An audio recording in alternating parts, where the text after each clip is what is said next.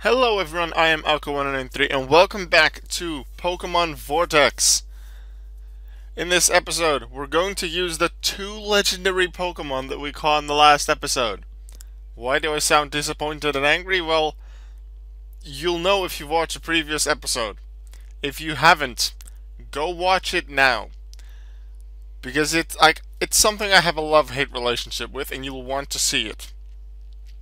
Anyway, the two legendaries that we caught were both the Diancie. So I thought, okay, yeah, you know what? I'm just gonna make one a Mega and one not. So this one's gonna go Mega. Woohoo! Now we have a Diancie Mega with Moonblast, and Earth Power is actually weaker than Earthquake, so that one lowered, and Moonblast is slightly better than Dazzling Gleam. But with Stab, it can and it hits super effectively. Dazzling Gleam can win a KO anyway. So in a sense, Diancie's moveset is better. But anyway, let us fight, because now we are going to events. We've beaten all the gyms, we've beaten all the Battle Frontiers and Maisons in previous episodes, but the event battles are things that we have yet to do. And there's a special surprise waiting for us there, so, Team Rocket, we shall fight you. Starting with James. Now what Pokemon does James have? Well, Weezing from Gen 1, Amoonguss from Gen 5, Victreebel back from Gen 1, Carnivine, which he had in Gen 4, Inkay from Gen 6, and then Chimecho from Gen 3. Other options would have, of course, been Mime Jr., and at the moment he has Marini, but the Gen 7s haven't been worked in, so possibly if this team's updated, Marini might be in, but I do expect it to stay like this. We'll see. Weezing. Doesn't sound too difficult to defeat. I'll just go with Garchomp. Hit him with Earthquake, because once again, abilities do not exist here. And it didn't seem like Weezing had that great of moves against Garchomp. Mega Explosion was the best he could do. Amoonguss.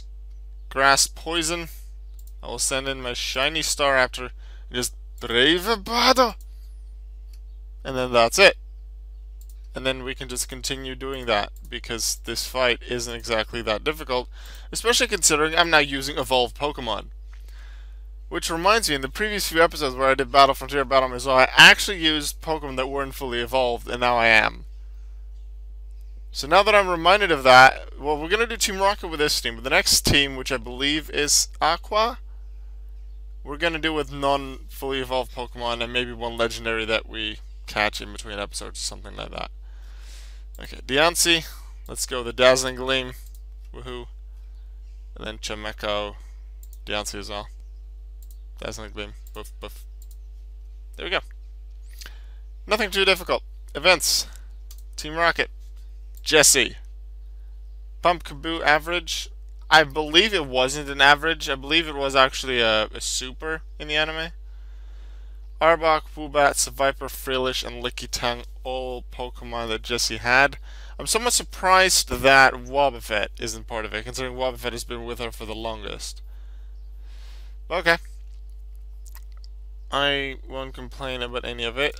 Staraptor. I'll start with you once more. And then go with Garchomp to take out the Pumpkaboo. I mean, the Arbok, we just did the Pumpkaboo, what? And then Mega Diancie. Diastorm! Yay. That worked. And then Garchomp will take out Seviper with Earthquake. Frillish, a Ghost Water type. Just gonna bring in our Abomasnow Mega with its powerful With the Hammer! In your face, yes. I remember when there were Pokemon that were ultra weak to that, and then Mega Bombs now come in like Wood Hammer done completely. Staraptor. Close combat! And Lickitung is done for. Jesse has been beaten. Who's next? Well, Bob? Bill? I don't remember the guy's name.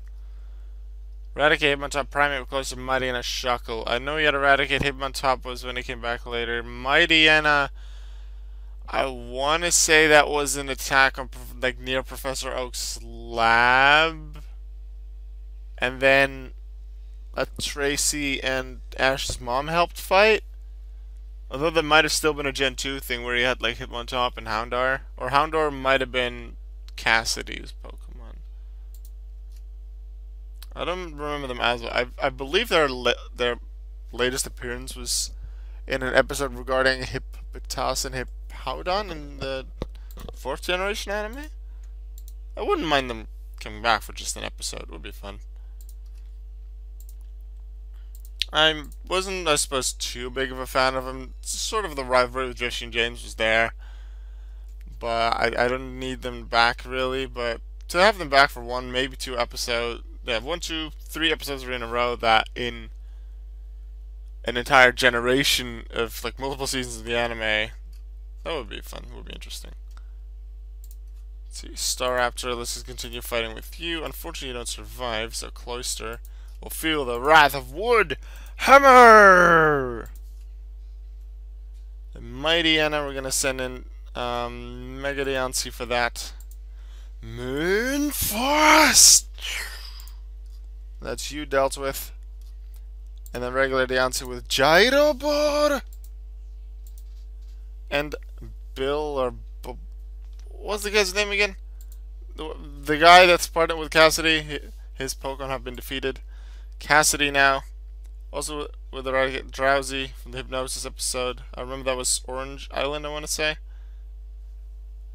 Because I believe that that Drowsy thing is in the intro to the Orange Island arc. So that must have been in the Orange Island thing. Houndour here, Tentacle, I want to say they used that. I don't even remember. Some of them may have just been filled up because they never showed more than max 6 Pokemon for Cassidy. But I don't really remember. Something like the 3rd gen Pokemon like Sableye could have been used in the 4th gen things. Because they definitely appeared quite a few times in Johto. Because a lot of Kanto things came back in Johto. And so did Cassidy and Butch with their Houndour, with their Hitmontop, things like that. But they haven't appeared much since Johto. So they might have used a Hoenn Pokemon in Sinnoh, I don't remember. And let's check out this Pokemon, which finally got a weakness, which means that with the introduction of Fairy types, and with that Sableye and Spiritomb now having a weakness to Fairy, there is no Pokemon that doesn't have a weakness. One could argue that a Pokemon like Electros, Electric type, only has one weakness to Ground, which is undone by its ability, which actually makes it immunity, so no weakness. Purely type-wise, there's no Pokemon without a weakness. If you include abilities, Electros, I don't want to say Electric. I'm not sure if Tynamo has Levitate. I think it might have. In that case, it would be the entire evolutionary line. Actually, that doesn't have a weakness, which is pretty nice. Just Cruel, we're going to use Garchomp for that. An Earthquake. And then finally a Gramble, for which we will use Garchomp once again.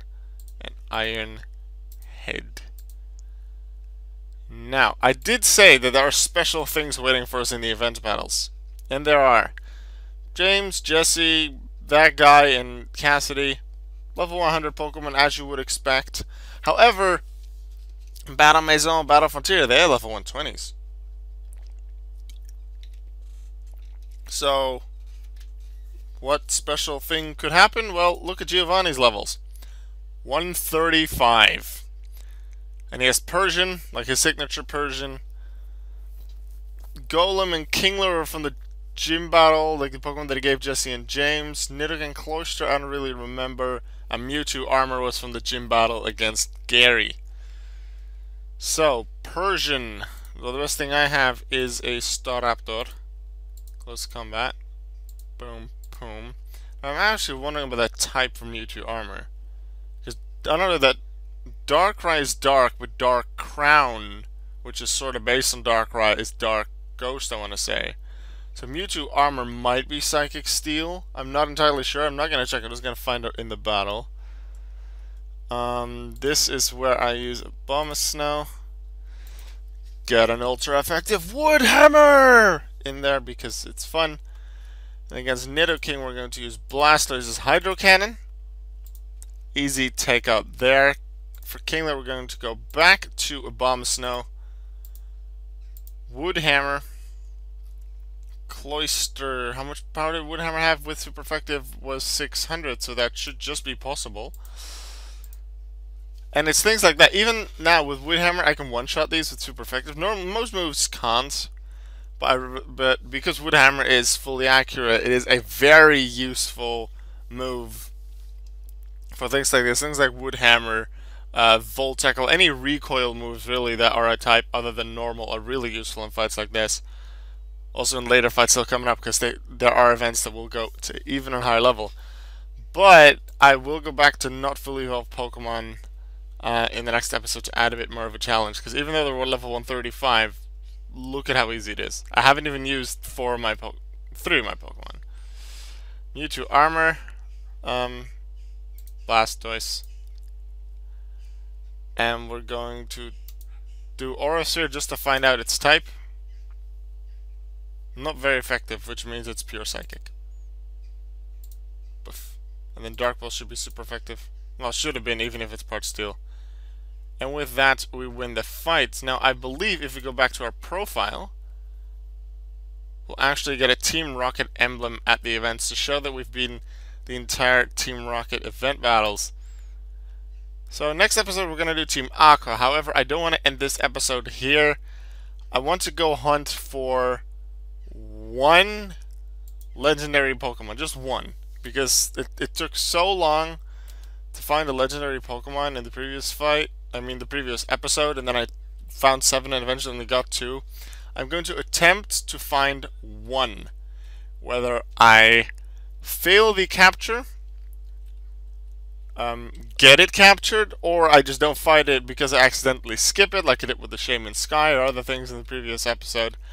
No matter what happens to the legendary, once I've seen one and I'm past the potential battle, I will end the episode there. Let's hope we find one soon. I'll tell you in just a few seconds, because editing powers. I can do that. Yay! We have found one! And we've actually found one of my favorite legendaries there are! Giratina! Let's go catch it. Because it's not unique, I'm not gonna use a Master Ball. I don't have my legendary catching Pokemon with me. Okay, so, how are we gonna weaken this Pokemon? Because I'm not gonna fail it. Not again. Skull Bash, Aura Sphere, not gonna do anything. U-turn will do only a little bit. Let's see, if close combat, which isn't stab, will do 200 normally at 120. So that's times 1.6, because it's 20, and then they add 80, which is 2/3 added on of their base power. That's their damage. So then U-turn with 70 would add, rounded down, 46, and then not very effective. That makes a lot of sense. Then again, I could have also chosen another stat move. Like, oh, Dazzling Gleam would have taken it to 4. No, it wouldn't, because it's a dragon. Something like it. U-turn 58. Can use that 3 times to make it work. Sort of. Have to work with this now, though. At least they have a lot of survivability. And a bunch of Pokeballs. One of these gotta work. I have some Ultra Balls. I'm not gonna use them until I send in my next Pokemon. Because, well, I don't think there is an attack anywhere there that could weaken it for less than 58 damage, which is a not very effective non-stab move at 70 power. I don't think I have anything weaker than that. This isn't really working. Will you just please take out my Pokemon? Thank you. So I can check the others. Diamond Storm would have been just too much. Earthquake would have dealt less. Yeah, would have been super effective, unfortunately, with Moonblast. Iron Head, Flamethrower, Earthquake, doing too much. No. So what would Hydro Cannon have done with 150? I have to do the calculation. It's also stab. Anyway, it looks like we just have to catch it like this. Ultra Ball, and we got it! We have the Giratina. Yes! So that's 3 out of 8 legendaries. Now we're getting there. If we catch the next 2, we have more than a 50% ratio, which is cool. It knows the move Shadow Force, Dragon Claw, Aura Sphere, and Earth Power. A pretty nice Pokemon. And with that capture of the Giratina, I'm going to end this episode here. I'm going to see you in the next episode where we're going to fight Team Aqua and possibly even Team Magma. See you then.